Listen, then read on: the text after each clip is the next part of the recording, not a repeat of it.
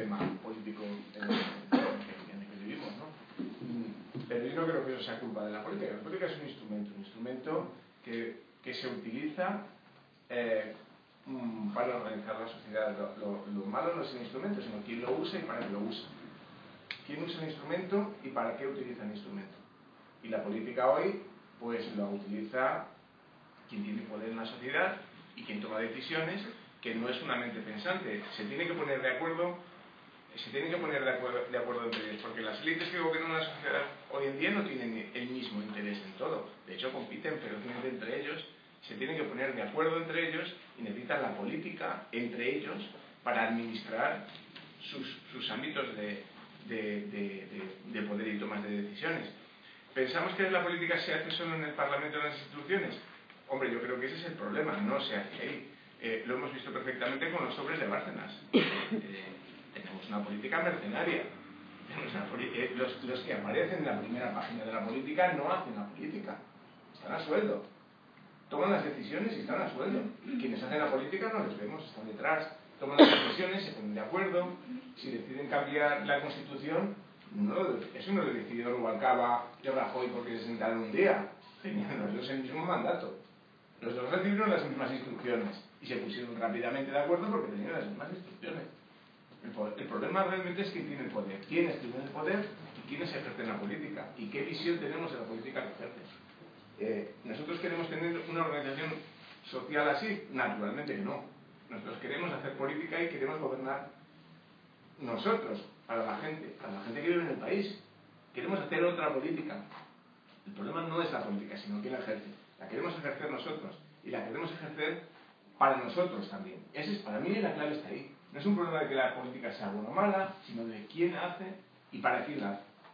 Y yo creo que debemos tomar conciencia de que debemos hacer nosotros política para nosotros mismos, en función de nuestros propios intereses, de nuestros intereses colectivos, de nuestros intereses comunes que debemos determinar entre todos. Está Antonio, Ángeles, Miguel Ángel y Eduardo. Yo quería intervenir al hilo de que ha salido en esta última intervención ya un par de veces tema de valores, cuáles son los valores sociales que se mueven por debajo y alguna vez en apartados anteriores. Ligado también en apartados anteriores a la educación en esos valores que podríamos atribuir a tiempos pasados o tiempos recientes. Yo creo que ahí es donde había que incidir más ahora que hemos incorporado también la parte social. Porque yo cuando se ha presentado el cuadro ya lo habíamos comentado hace unos días, yo enseguida que lo vi algo me rechinó. ¿Qué me rechinó? Que los científicos estén arriba. Eso es, vamos a ver, uno que entiende y sepa del campo científico, los científicos deberían estar al mismo nivel que los políticos, poco más o menos. Son igual mercenarios pagados. Entonces, ¿por qué? No, bueno, lo podríamos discutir. ¿Por qué los políticos están ahora ahí abajo? Pues por unas condiciones sociales, de que nos va mal, entonces no la han podido apañar. Si algún político mañana nos da la solución económica, nos vuelve a poner fuera de la prima de riesgo y sube y baja el paro en 10 puntos, eso que está ahí abajo pasa arriba automáticamente.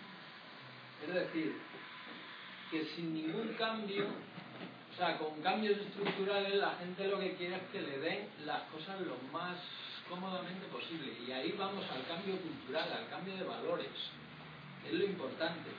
O sea, aquí ha habido una dictadura, pero en Estados Unidos no, llevan no sé cuánto de democracia, en Inglaterra tampoco, llevan no sé cuánto de democracia. A mí me parece que la democracia de Estados Unidos, la de Inglaterra o la de España, quitando matices, es poco más o menos similar. Entonces, donde yo incidiría es en ese sistema de valores que además el que lo reparte básicamente es la televisión, por concretarlo. Y esa escala que vemos ahí es la escala que corresponde a las noticias que han venido reflejando en la televisión en el último tiempo. ¿Por qué sale el científico ahí? Porque en televisión siempre salen los científicos como los que van a solucionar todos los problemas y son la Madre Teresa de Calcuta. ¿Y por qué sale el político abajo? Porque nos han dado las noticias de tal últimamente repetidamente. Y todo es más o menos así. Entonces, por ejemplo, y para contestar una de las preguntas que nos hacía el ponente anterior, nos decía, ¿podemos utilizar el mercado? Y yo digo, ¿y qué mercado? ¿Dónde está el mercado? ¿Dónde hay un sitio de intercambio libre, abierto y claro de bienes y servicios? En ningún sitio. Es un sistema cerrado. La mayoría del dinero que circula por ahí son fondos de pensiones, no sé qué, no sé cuánto, que los propietarios no saben nada de ellos ni quieren saber.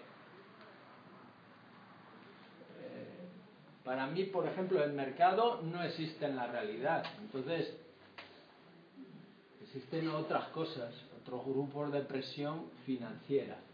Pero el mercado como tal, lo dejo ahí.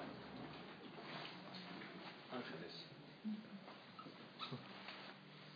A ver, yo iba a hablar sobre lo que decía Miguel, el ponente, pero es que la intervención de Paco, es que no me puedo resistir, porque no te he contestado en la parte anterior y ya ahora, bueno, yo creo que no se puede confundir y decir que la política es un instrumento.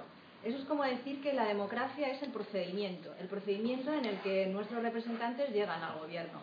Y que confundir la democracia con unas reglas que garantizan, por el mero hecho de ser unas reglas, el que se gobierna en función del pueblo, de la voluntad popular.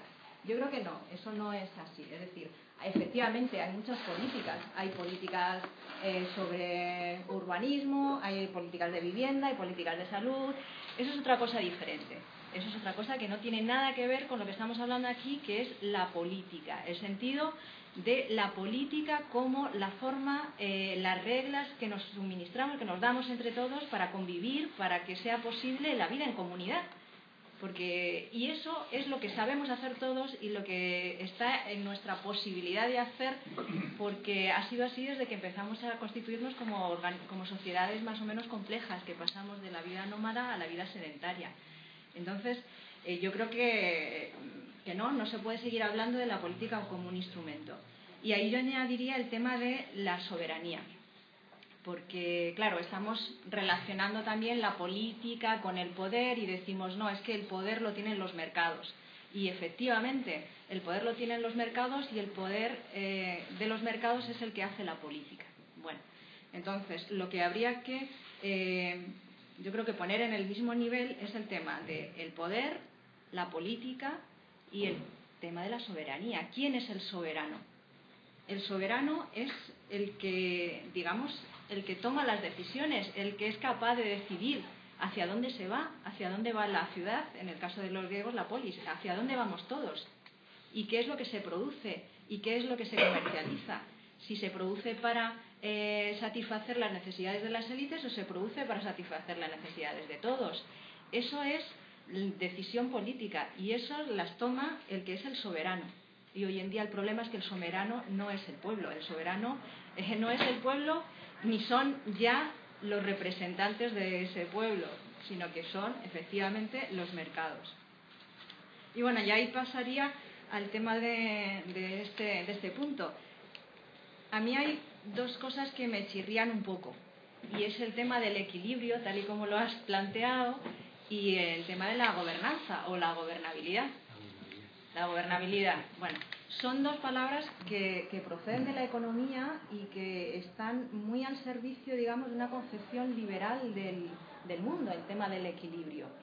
Desde mi punto de vista no ha existido nunca el equilibrio. Lo que hay es una coacción suficiente como para mantener el dominio de las élites y perpetuarlo sobre la base de la manipulación o de la coacción.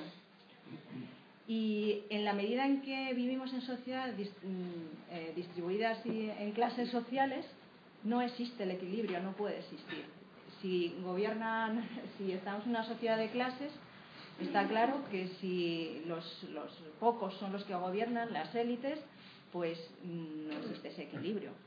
Para que exista equilibrio tiene que haber fuerzas iguales y tiene que haber una balanza. Por lo menos ese es el sentido originario de la palabra equilibrio. Y la salida de esto no pasa nada más que por plantear el tema en el ámbito de la lucha de clases. Es decir, de cómo nos hacemos con el poder suficiente como para que aquellas decisiones que tienen que ver con lo que nos compete a todos, con cubrir las necesidades básicas de todos, de la mayoría, que somos los pobres, pues se pueda llevar adelante. Y eso no es un futuro de una sociedad equilibrada, para nada. Va a seguir siendo una sociedad desequilibrada, en el que los ricos van a dejar de ser ricos, porque si no, no hay salida para esto. Y el último punto sobre el tema del mercado. Decías, ¿es que es posible? ¿Descartamos el mercado? Bueno, yo creo que también esto es una confusión de los economistas, ¿no? Que dicen, bueno, es que siempre ha habido mercado. Bueno, el problema es que desde el 17, que empieza a convertirse el modo de producción capitalista en hegemónico, lo que tenemos es mercado capitalista, no hay otro. Cuando estamos hablando de mercado, estamos hablando de que se producen mercancías. Y que las mercancías no son para satisfacer las necesidades básicas, no son productos que satisfagan las necesidades básicas, son productos que se fabrican para obtener un valor y para poder acumular capital. Entonces, hoy en día el mercado es el mercado capitalista, no hay otro. Entonces, cualquier sociedad futura que pensemos, tenemos que pensarla sin el mercado, sin este mercado, sin el mercado capitalista. No se pueden seguir produciendo mercancías para acumular capital.